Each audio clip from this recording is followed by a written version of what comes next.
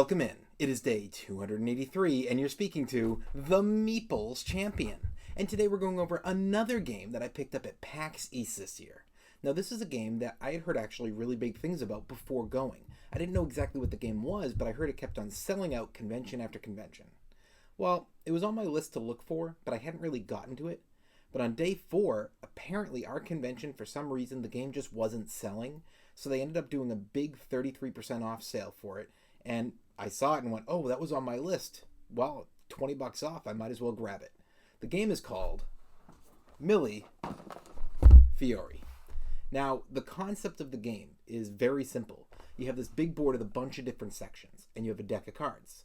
You shuffle the cards up, you deal them out into groups of, I believe it was 5 cards a person, and on your turn, you're going to pick a card and put it face down. And then when you're done and everybody's ready, you're going to pass your decks to the side and reveal your card. The card is going to represent a spot on the board that you're going to put one of your little crystals on. You're going to continue to do this in the game, and these crystals score.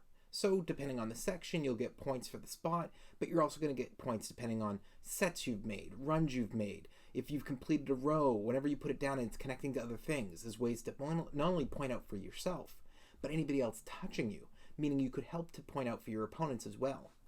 But there's also going to be sectional bonuses that allow you to go in and get a huge extra amount of points, or to grab an extra drop for the turn, so there'll be extra cards that you can get, which will allow you to get just to a random spot on the board.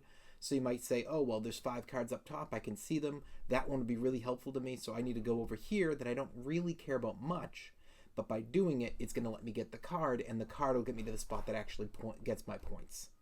There's going to be a little bit of moving around when it comes to, there's your token on the side for your points, and there's also a ship that goes through, depending on what you're doing at the bottom of the board when it comes to going through the ship area. It seems like a lot at first, but you open up the box and you realize it's just a deck of cards and your gems. That's all it is. And you're just trying to follow this through to the end and do the best you can for points. It almost feels like a little bit more of an interactive version of an Azul. It's a pretty fun game, but why don't we jump in, let's talk our 7 categories and see where this one lands for us.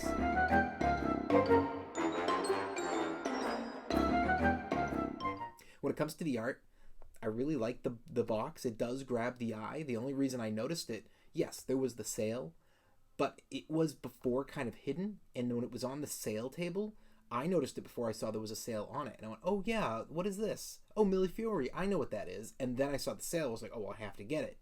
The inside of the box, I think, does just as well, and those gems that you're putting down, or the crystals, whatever you want to call them, they're just nice colorings. It always helps to improve a game when you have really nice component colors to go with it. So for me, thumbs up.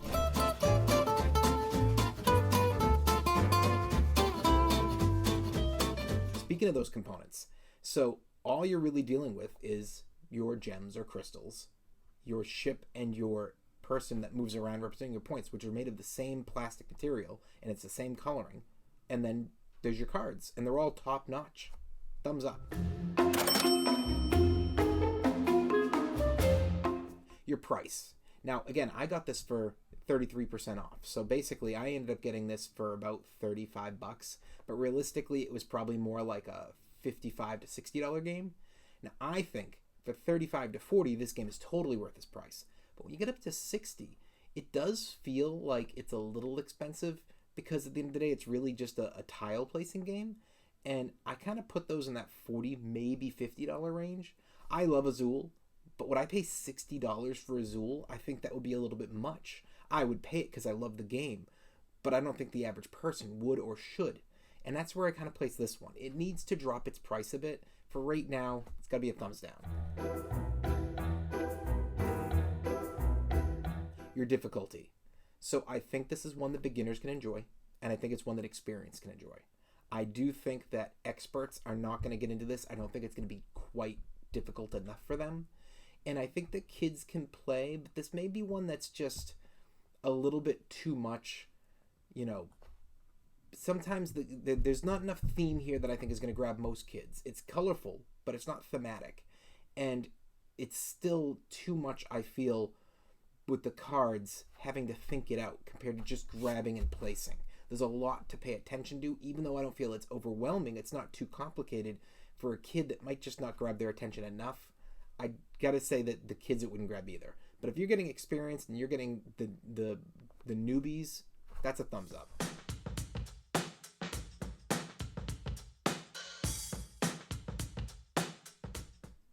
Replayability. Game doesn't take that long. You're talking about max an hour. The game should play reasonably fast. You're going until you have all 20 of your gems or crystals dropped on the board, or until the deck runs out. And I think that means there's a chance this could be played twice in a day. But in the long term, how often is this getting played? I think the game looks fun, and I think I'm going to be really into it for the first year. But I do think eventually it's going to be running into, well, what other type of placement games do we have? This has a little bit more of a change to it than Azul, but I would rather play Azul. So I think there's replayability there early, but in the long run, thumbs down.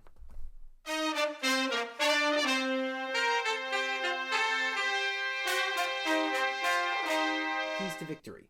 So the good thing is you have option. It's not like you're being restricted. Yes, the cards decide where you go, but you have multiple cards. You see bonus cards, which not only gives you a chance of what you want to go for, but it lets you know what your opponents can't do. You're not 100% sure what they have for cards when the round starts. So you're never sure what you may be trying to do, that immediately you flip yours and maybe two other people flip theirs and you're all of a sudden cornered and you go, oh, the plan I had is not going to work. So for me, I think that having that ability to see your cards, see the bonus cards, gives you a chance to put together a little bit of a plan, and then you adapt. You can remember the cards you passed along. You can see what your opponents are clearly going after, and you can try to adapt as you go. I think there is possibilities of there being keys to victory here. Thumbs up.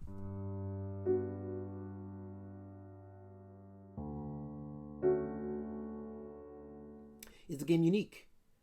I think the game has a unique initial feel to it, but at the end of the day, it's taken the placement of Azul and added with it the idea of a pick and pass. It's a pick your card and pass it around Seven Wonders style, or Sushi Go style, on top of an Azul. That's what it feels like. They've mashed these together, which is a great concept, and I love that idea.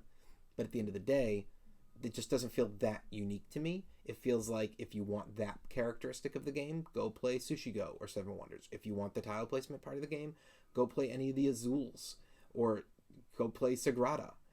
So for me, it doesn't feel quite unique enough. Thumbs down. Overall, what do I think? I do think it's a fun game. And if you find it for a discount like I did, jump at it. I wouldn't even worry, as long as you know you like tile placement games or you like to have those, pick and pass type games. Just pick it up, because if you're getting it $35 or cheaper, it's worth the risk. However, at normal price, what I would say is try and get a play in. I think that you're probably going to be okay with it, but it's a little bit expensive, and I wouldn't just pick it up at that price right off the bat. I would want to make sure I get it to my table first, and I'm sure if I like it or not. Well, it has been day 283, and we've been speaking about the game Mille Fiori, and you've been speaking to the Meeple's champion. Like, share, subscribe, and check down below in the description. I'll be adding an Amazon link in case you want to get this game for your collection. Until next time, I'll talk to you tomorrow.